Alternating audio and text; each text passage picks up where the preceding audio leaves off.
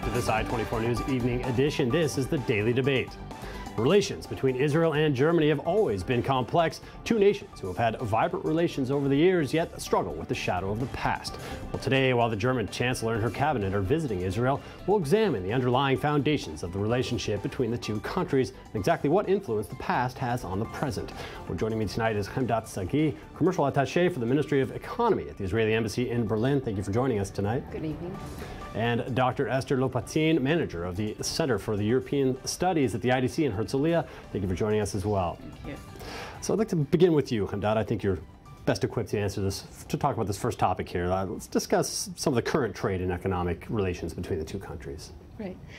So we finished 2003 with a high trade volume of almost $6.5 billion between the two countries. 2013. 2013. Okay, yes. Just checking. Going back a decade, but yes, now okay, exactly. last year.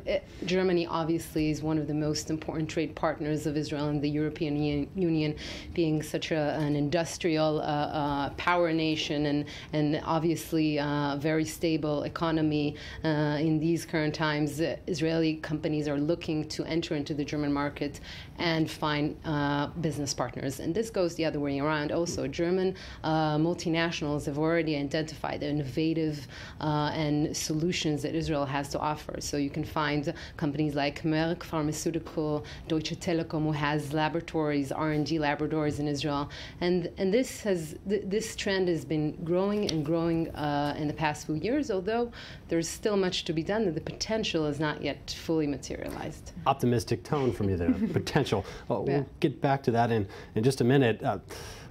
You're a young person, I guess we'll continue with you for a minute. A young person living in Berlin right now. What's your impression of the culture there towards Israel?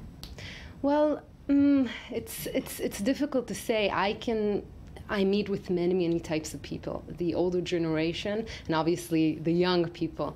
I feel that the young generation or the young business people that I get encounter with, they have a different attitude towards the Holocaust. It's something basically that happened in their grandparents' generation, and now we're looking into the future. So economy and business is one of the most important topics for the future, obviously. So I can't tell you that the Holocaust affects the economy or the business ties, but it obviously always there. The past never lets go, but I feel that there's this feeling of, of something new between the two countries, a development that's been going on and on in recent years. The young generation ready to turn the page of history here. What's your impression of current relations between the two countries in terms of trade, culture, etc.? I think that there's no doubt that there's a kind of a disagreement for the moment between Merkel and Netanyahu about how to conduct foreign policy. But in general, I would say that there is a very strong relations between the two countries. Well, first of all, like Germany invests significant amount of money in the bilateral relations between the two countries. I think once I heard it's about €3 million a year.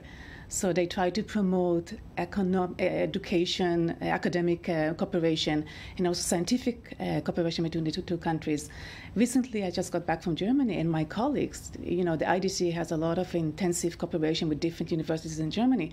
And one of our partner universities told me that there is a kind of a competition between the students, like who gets to go to Israel and spend a semester at the IDC. So I was, of course, very happy. And at the same time, I also heard about that there is also very much enthusiasm about, next year that will mark the 50 years anniversary for German and Israeli relations.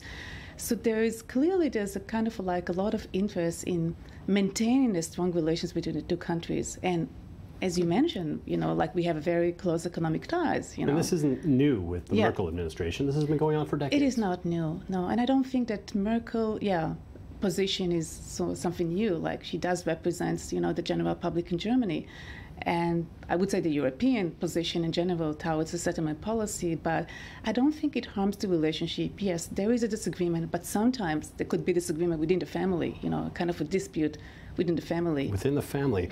You mentioned a few issues that I'd like to touch on there. You talk about 50 years of relations between the two countries. Certainly that's, I know, especially in the early days, throughout the decades, it's been very important for Israel. On a lot of levels, military hardware has been a key aspect that the Germans have provided to us. Submarines, tank parts, I know, among other things here.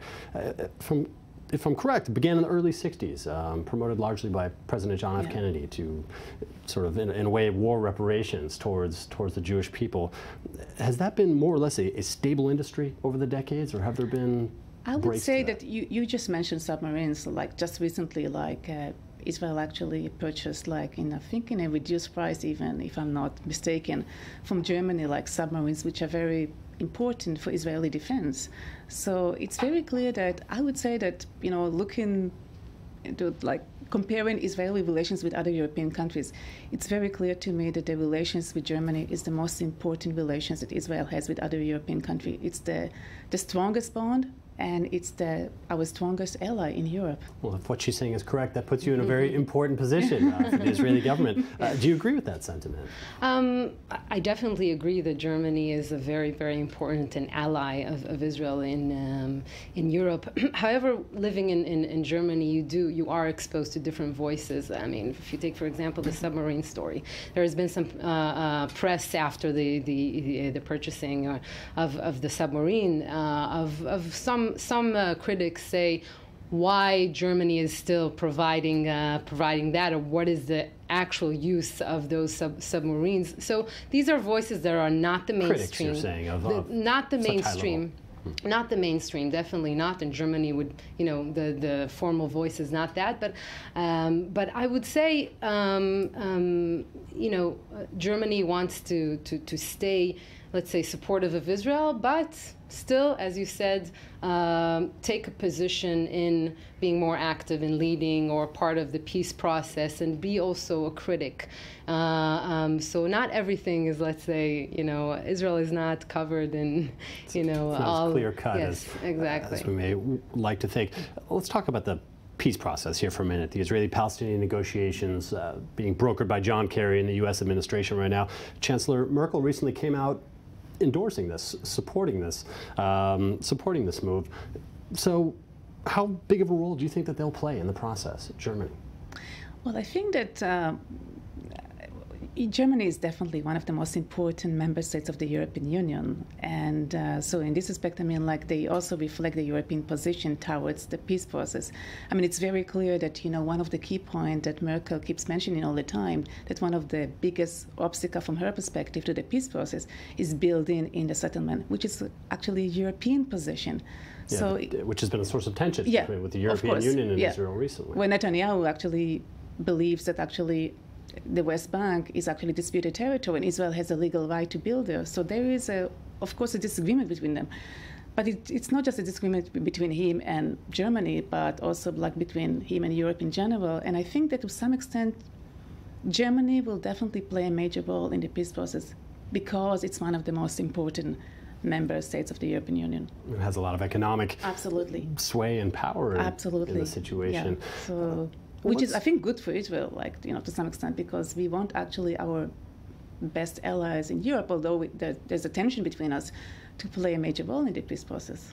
Well, let's talk about the role of this cultural exchange here for a minute. Go back to this point we touched on a little earlier about the cultural exchange of young people between the countries. I know there are a lot of young Germans that also come to Israel. You mentioned people wanting to come to the university. That's, I think, one factor, one phenomenon, one expression of that. But I know a lot of young people have come here over the last decades, specifically just interested in Israel in a way, interested to see what this country is, and in a way based on the shadows of the past here from the Holocaust, to sort of spur their interest. You've seen that taking place, I assume. You've met people. What's your impression of that? Well, first of all, I think it's very positive. I meet people from all levels that are so keen on going to Israel. Israel is, and it helps me on the business level because I can get people to visit Israel pretty easily. And I can give you an interesting example. One of the biggest operators in Germany, Deutsche Telekom, had a very successful CEO called René Obermann. And Deutsche Telekom was one of the first German multinational to establish an R&D center in Beersheba. And ever since then, they've been very, very active in scouting for startups and in Israeli startup and in investing in startups. But you could see that behind that business interest and behind those those, cold business thinking. There's something that leads this person to Israel, and he has been visiting Israel on a private vacations, and he left Deutsche Telekom, but he still continues on going to Israel. So it's interesting when I meet, the business people, and you would say, well, the past has nothing to do with that, but in fact, perhaps underneath, this is what leads them, to Israel, and intriguing. On the way. More to it than dollars and cents here. This is very intuitive, but I feel that if it helps us to make business, then it's great. But obviously, in the bottom line, the product needs to be competitive and good, so that the business partner will actually cooperate. Absolutely. Well, it seems currently no shortage of good products. Yeah. Well, let's talk about the Holocaust. Let's touch on that as a role here in relations. How long, or will it always be a factor between these two countries?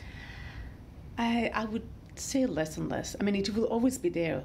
It's definitely, that's a situation. But I think that I can definitely speak about gradual change in the feeling of responsibility towards Israel. I mean, there is I think that the amount of responsibility that Germany had for Israel, towards Israel 30 years ago, it was huge. So you say shifting is a lessening sense of responsibility? There is a less, naturally. I think there's something also with the young generation. I mean, the young generation was born after the end of the Cold War. They feel that they have nothing to do with the past. I mean, I think you mentioned it even, there's no feeling like we did anything wrong, and I understand them. And at the same time, also, we have to understand the young generation, German generation, in the context of the European Union. They feel Europeans, and Europeans also feel that, they expect Israel to do more, when it comes to the peace process. And I think that, in general, there is less feeling of guilt that it used to be in the past. I think if in the past the relations between two countries were based in guilt and shame, I think it's less and less, but still there is a strong bond, and still I think, there's a shadow of the past. Yeah. If I can add that, yes, I think absolutely. that's Germany's biggest challenge also today, to take the responsibility and to have the younger generation be part of that. And that's actually a topic, obviously, that will be discussed between the ministers tomorrow at the joint government meeting in Jerusalem. So there are different activities in order to preserve that memories, and I can tell you that both governments are very interested. I mean, the question is what's going to happen, in reality. Now, we talked about Berlin here, and I know Berlin is somewhat of a microcosm, a special cultural hub of Germany. What about other elements within Germany itself, the far right or certain other bases in the country that perhaps don't feel so guilty about the Holocaust, or even are pushing for a return to some of that ideology? How do you feel that in terms of your professional role out there, or does it factor in at all? Well, I can tell you from time to time, I do get reports about boycotts over Israeli products, or labeling of Israeli products that you can find in different stores in Germany. A store like Ahava, the Dead Sea product in Berlin, from time to time has demonstrations, pro-Palestinian demonstration in front of its store.